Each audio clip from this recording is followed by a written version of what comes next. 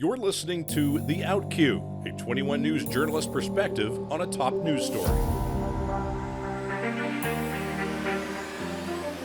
Good morning. I am Assistant News Director Justin Mitchell, and this is The Outcue, and it's one of the busiest times of the year for any newsroom, and that's election season. This time around, we're focusing on what we call hyper-local. We have a lot of things on the ballot, all of which will affect you directly where you live. Everything from money issues to trustee and council candidates, and of course the races for mayor in places like Youngstown, Camel, Sharpsville. Lots of decisions will be made that are right at the ground level. So with me today to go over this is the one you see most often talking one-on-one with all of these candidates, 21 News at 5 anchor Lindsay McCoy. Hi. We don't get to see Lindsay on the Outcue that much No. because of all the interviews that she's doing for the 5. Yeah. So let's jump right in. You know, one of the things we've done for a few cycles now are these 5 at 5 segments where we're really trying to just inform the voters. So talk about what goes into those. Okay, well, it's a planning process, and the editors, all the way up to the news directors involved in which races we're going to cover. We only have so many days, so many hours, so many interview slots available, so we've got to decide what are the key races, and we try to get in as many as we can. And we spend 5 minutes at 5 o'clock with the candidates, and we try to air the same race within the same week. Not always the easiest to do, but we try to do it because of planning purposes. And these are taped ahead of time. These are segments where you're going to get to know the candidate, get to know their experience, almost like their resume. So it's almost like a job interview, I would say. It feels like that. But the pressure's off because I'm not the hiring person. It's the viewer. So the viewers are watching, so they feel the pressure from the viewers. And, we also talked to them about goals. What would you do day one if you got the job? If you've already had the job, okay, what have you accomplished? But then what else do you hope to do? And then there are specific issues within a community, whether there's a current levy, the fire, the safety, those always come up, but also school districts, roads. Roads are a huge deal. I think any kind of capital improvements or, where the budget is being allocated through that community's fund, general fund, or the county fund, whatever they get in terms of their pie from the county spending. Those are issues that we have to talk about because those are the decisions that they'll be voting on, and those are the decisions that they're going to be helping with making in the end. So the voters need to know who's going to the table to represent them. And so it's really great to get to know people too. Some are newcomers, some surprise you, some have been doing this a long time, so you may know them ahead of time, but every interview I always learn something new. And so I think that's what makes the 5 at 5 unique. Well, and for the other thing that makes it unique is how many times, particularly with local races, do you go in to vote and you go, I don't even know who some of these people are. It's very hard, even if you're an informed voter. Oh, yeah. So this is an opportunity for these faces and names to actually have heard from them about what they would do if they were in office. And if you're using these segments to be an informed voter, this might be the only place you can really get that information. We're long past the days of, there being, editorials about all of these little issues. Right. Some of them exist. Yeah. The only place you can hear from this is either going out to forums or watching this. And how many people have the time to go out to these forums? Well, and if you go on the 21 News app, and I hate to do the shameless plug here, but this is what we do. They're all in one spot. So let's say you're getting ready to vote here very soon because we're about a week out. Go on there and look at the races that you're going to be voting on and just make sure that's who you want. As a voter, I appreciate getting to get to know these candidates in my communities because then, that helps me get to know them and know how they're going to vote, especially if there's an issue within your hometown that you're bothered by or worried about. So it's a great resource because it's in one spot. And not everyone's doing these editorials, like you said, anymore. Right. Print has really tapered off, especially in this area, in this news market. And it is a detriment to the voter because the voters don't get to know unless you go and seek it out. And you've got different silos. You've got the social media. You've got the traditional door-to-door shoe leather campaigns by the candidates, the events where they're shaking hands, handing out flyers, whatnot. But, if you want to find that information in one spot ahead of time and you're someone that's working like most people now, Yeah. it's good to have that. Yeah, it creates a body of work. Yeah. And like I use the word hyper-local, some of these races wouldn't necessarily get coverage somewhere else because if you've got a viewing area that's this big and this is important to just this sliver, but it's really important to that sliver. Right. Well, then they could either go underserved or you can do something like this. So those people are not underserved. And it helps the candidates too. This is a way to introduce themselves outside of, throwing out candy at a parade. And I mentioned, I'm like, you get all 5 minutes, they're yours. So, make sure you're telling me things, because when we sit down, the time is going and I can't start and stop. There's no editing in these. Yeah. The only thing we do at the end is put a little like commercial. So that's what we can do. We want to make it fair. And that's really, I think, also what helps the voters, is that they're seeing everyone in the same amount of time. And I like that hyper-local focus. Yeah. I come from a market where I started, it was all hyper-local. And we were at the beginning of the era of hyper-local news.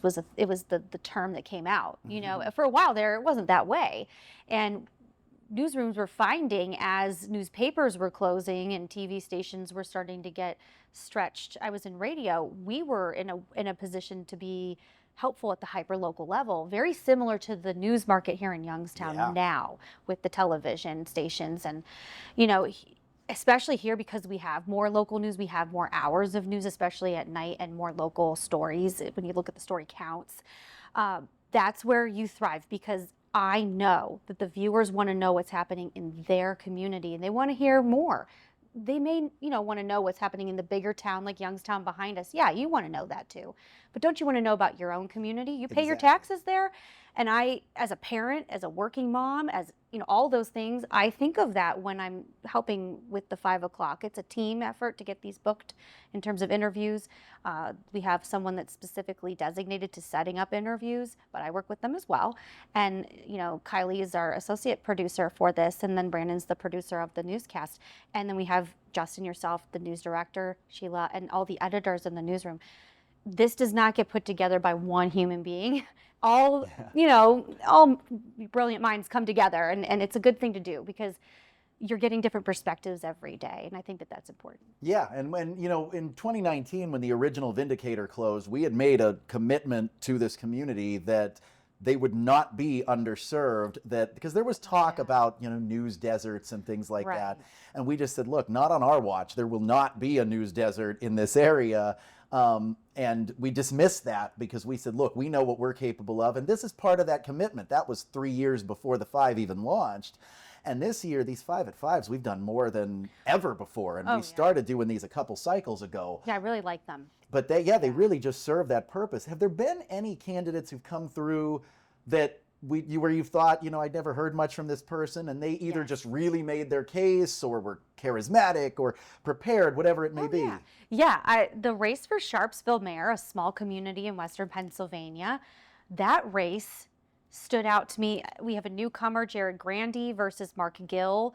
Jared came out never, running for office in this capacity for this race, and he knew so much about the issues, to where the state has the impact on the community, the local community's economic issues, how that plays a role into that community, whether it comes to finances or schools or whatever is the issue at the top of those voters' minds. And then you had the incumbent Mark Gill, and he came on and explained what he's done in that role. That race stood out to me for some reason, and I think also because we don't hear as much about sometimes smaller communities unless we go cover news. And we do cover a lot of features, but we also cover hard news. And that pendulum is always swinging in a newsroom back and forth. And so there will be time that passes where you'll hear maybe a good news story in that community, and then you'll hear a good one. And, I don't know. I think the viewers benefit from the variety. And this area is so fortunate to have the news coverage that it has. We're able to fill time in our shows with a variety of things, not just the negative. And that's great. This is one of those examples for 5 at 5. We're learning about things that are going well, things that need work, and economic development. And, the news has its style of stacking shows, meaning what's in what order. But I really think that they're benefiting from knowing more than, what larger markets would be reporting. In a larger news market, you may not hear as much about your town or even your town's government. And that is something hard to fathom in a market like this, because we're so used to information being available to us and dug up. A lot of folks don't even get that far. And the type of digging, like the prep for these interviews is different from, say, the prep for, somebody who's in office. Because, look, we're an aggressive news station. Somebody who's in office is going to be held accountable for what they're doing like them or dislike them, doesn't matter. Correct. Everybody's going to get grilled and held accountable, whereas these are more of an opportunity to lay out your vision. So it is, like you said, the 5 minutes are yours. Say what you're going to do. That does help lay the groundwork for accountability if you get elected and we remember what you said. Right. But right now, this is a welcoming place for these people. Yeah, and if you're an incumbent and there's a glaring story that we have to ask you about, you should expect that question coming, you know? Oh, yeah. So that's happening. And like you said, we're going to do that. But it's not a debate per se. You know, 5 minutes, you don't have time to, you know, go back and forth on one issue. You want to get to the variety so people have a good scope of the candidate as a whole. The debate, that's a different animal. Right. Well, and speaking of debates, so probably the marquee race this time around in terms of the sheer number of people that are affected would be the race for Youngstown mayor. Youngstown has over 60,000 people in it. Of those 60,000, we don't know how many will vote, but it's generally a much smaller number, but they'll be making a decision for a lot of people, and that's not even counting the ripple effect because Youngstown is the county seat for Mahoning County, not to mention just the impact it has beyond Mahoning County. So we hosted and you moderated the only debate between those two candidates, the incumbent Jamel Tito Brown and the challenger independent Derek McDowell.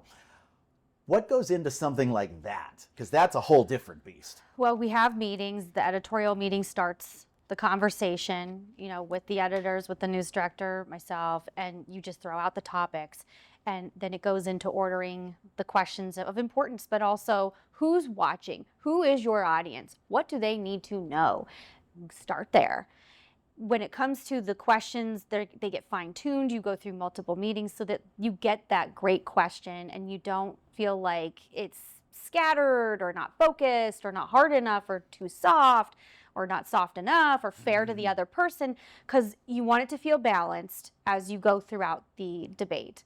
Remember, as a moderator, I have to put on the hat where I'm not going to follow up and press them. That's the other person's job at the moment. So the candidates have to debate each other. And you saw this during the last presidential election. The moderators were called out for fact checking. You know, people don't want you to get in the middle of it. They want to see those two talk it out. And if there is something to question and debate them on, like thoroughly, like let's say multiple follow-up questions, that's something we will report on. We will take that in our newsroom and we will run with it. And we will go and dig that up. I heard multiple stories as I was doing the debate. I think, oh, that's a good story. Oh, that's a good story. But yes. I have to be careful because I want to ask these questions, but I have to give the other candidate an opportunity to respond. If someone's making accusations over here, this person over here gets a rebuttal and then vice versa. Yeah. And you got to move it along. If it's getting boring, move it along. Yeah, well, that's important too. I know for me, when we're working on these questions, I think of myself as one of my strong suits as writing probing questions for people in power. Debate questions are different. You need to know what the kind of gotcha could be, but you're not walking them into that. You're simply giving everybody a fair opportunity to either go in for the kill or defend yourself for it, but you're not the one doing it. So it is completely different. And yeah, you hear things all throughout it where you're like, if I push on this point, am I just carrying water for that candidate? I can't do that. No. And if they drop the ball and don't come up with the point I'm thinking of, are they suited for the office they're running for? Don't the voters get to know if they are on the ball for this point? And it's on them. Right. That's why you have to be careful when moderating something. You cannot insert A, an opinion, B, get in the way of what they're trying to accomplish. Let them get their chance, and then it's time to get back to the debate and move it along. And I agree. I think this is their moment. If they don't take that opportunity, that's on them. That's their problem. You can't hold their hand the whole way through. Right. Yeah. Right. So from that debate, I mean, what were your takeaways? Did you have any surprises? I'm obviously not asking for your opinion on who people should vote for, but I know I had some, I wouldn't say surprises, but I definitely had takeaways. I think the voters want to get to know the candidates before they go and vote. Tito is a little more known, obviously. He's been in office for 2 terms. He's going for a 3rd. We have the newcomer, Derek McDowell, and he runs and operates and is in charge of the Youngstown Flea. So if you're a business owner or you've encountered that event, you may know him, but this was his chance to introduce himself. So he had that pressure, where Tito had the pressure of, okay, I'm here and everything I've done is on the record, and so I've got accountability and I've got to show that I deserve the next term. So he's defending his office and his term, and this person's coming new.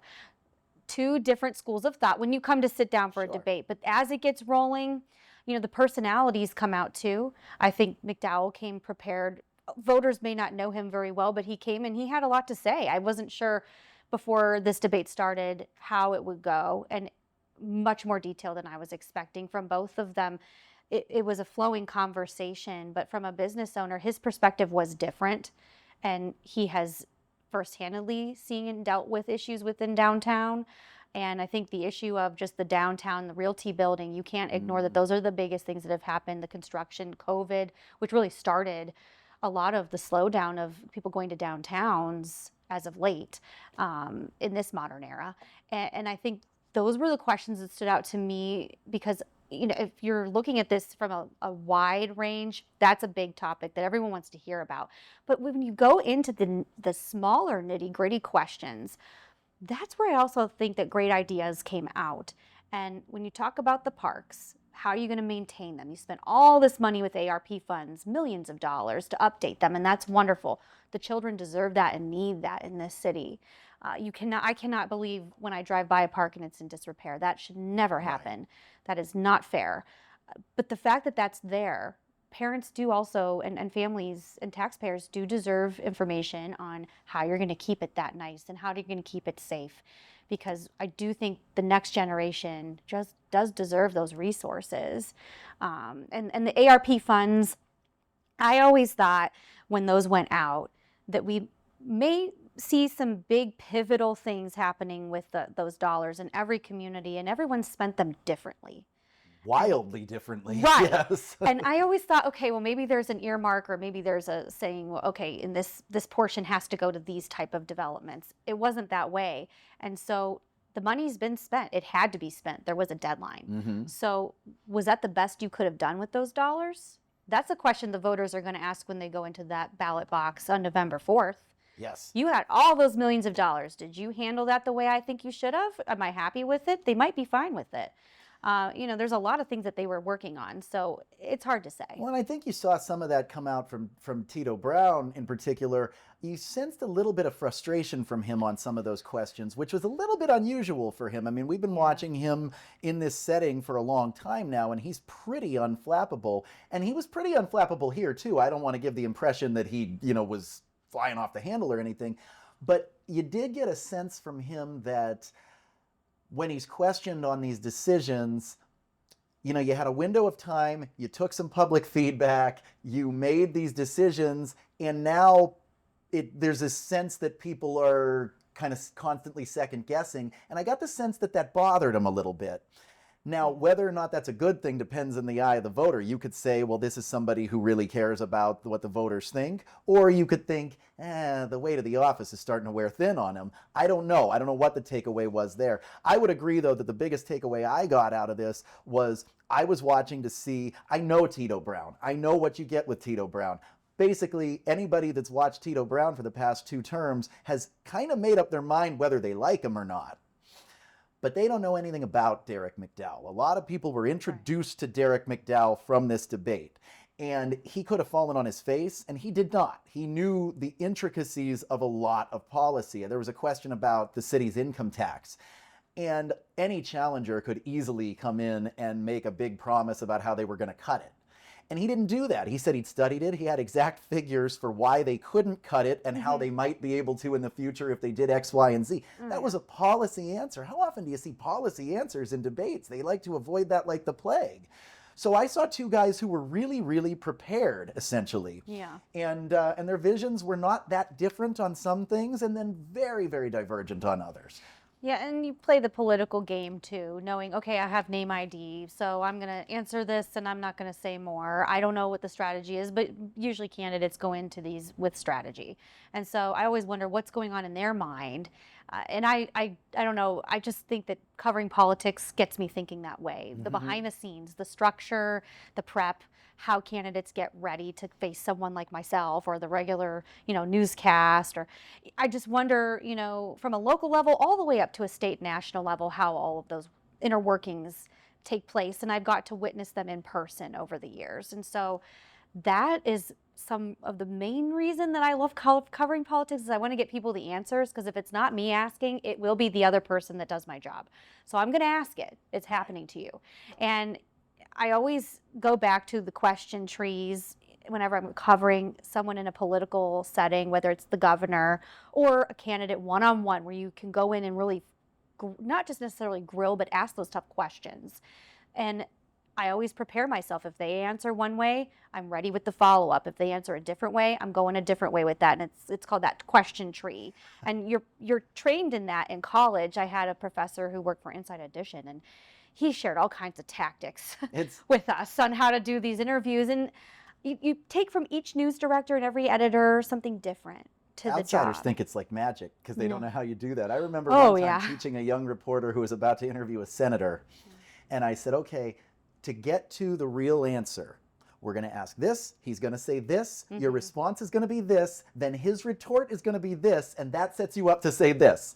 And she says to me, there is no way. How you don't know what he's going to say here, and then this, and then this. And then she came out of the interview and she goes, how did you do that? Yeah, and actually it's just, it's anticipation, it's knowing, you study these people, it's a certain type of anthropology, Yeah, and I just want to get the information out to people, or at least let them see with their own eyes that the person I'm interviewing isn't going to answer that question. Yes. Or they're going to say something that may not be what you're hoping to hear in detail because they've come up with their own answer. But I want you to see it, because just that alone accomplished what I was trying to do, was to get to the bottom of a topic. That's true. Sometimes avoiding the question is the answer that the voter needs. Oh, Yeah. I'm not sure that they've got the goods on this one. Oh, and I've had candidates or people in office try to throw me off too, in the room with different things happening, and you have to stay focused. It takes multiple years of doing it in a row to feel confident that you're not going to leave that room thinking, oh, I forgot to ask this. It happens, but after a while you get down to it, and it works. I did an interview for a podcast once with a guy who was running for governor. It was during a primary cycle, and without giving away who he was or exactly what the issue was, there was one particular issue that had been big on the campaign, and I kept asking him, probing on it, because it was in the ads, it was a big part of what his campaign was, and he kept sidestepping and saying, this is just what the voters are telling me they care about, this isn't me, it's not me pushing this issue. And literally, during the taping, I got a text from his campaign saying that he would fight on behalf of people on this exact issue. Oh my. And I got to say, okay, I hate to belabor this, but I just got a text from your campaign saying this is your key issue. So Yeah, the can communication. you answer what the key issue is about? And he still couldn't, and I was able to stand down then. The voters got what they needed out of that. They knew that this was, some political theatrics. Yeah, and you feel the pressure. In news, you feel the pressure to get it just right. One question, one word in the question, the way you say one word in the question, viewers think you feel one way or another. Well, you can't. You can't have a feeling. And you know what? In the news, every 2 years, we're preparing for the next set of candidates. You're always preparing for someone new. Ask the toughest questions you can of both sides. If you're doing that, you can go to bed every night. And I feel that way.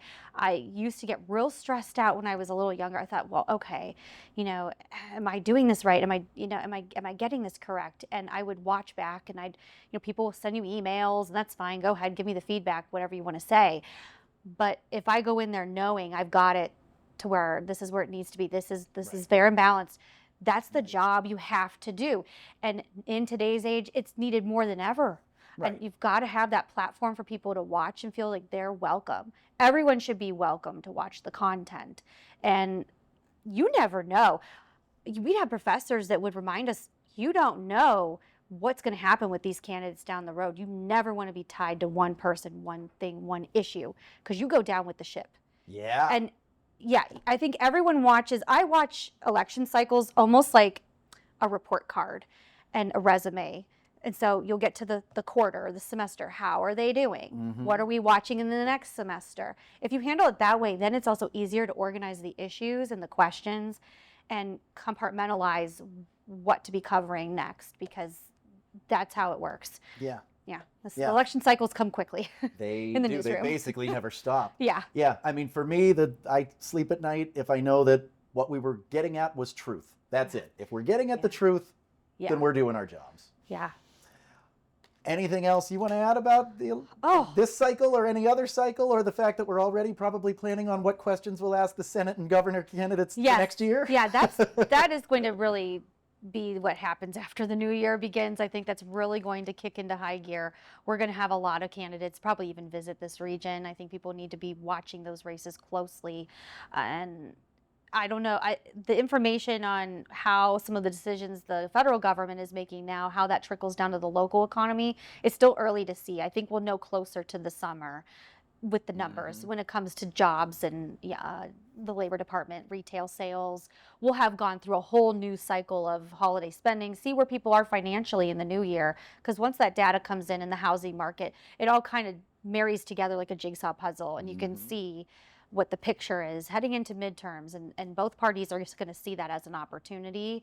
So you see who comes to the party prepared, Absolutely. And we always just wait to see, because we don't know. And the voters, when they turn out for a local race like this, you hope to see higher turnout, because these are the races that help the local community that you live in, the county. And these are levies and school levies and police levies, safety forces. You need those. So folks are looking at their budget, seeing what they can afford and not afford. And these will be the beginning signs of what we can expect into next year. So I hope people go out and vote, use their voice just to, have a say in their hometown. Absolutely. I mean, in Youngstown alone, I said there's over 60,000 people in the city of Youngstown. If everyone who watched at least some of our debate voted for mayor, it'd be the highest turnout I think we'd ever seen, and it would still only be about a third. So you use your voice. It's there. We're keeping you informed, and it does matter. With that, hey, click like and subscribe. Yeah. We do these for you, and we're going to keep doing these for as long as we possibly can keep it going. This is all public service, as we always say.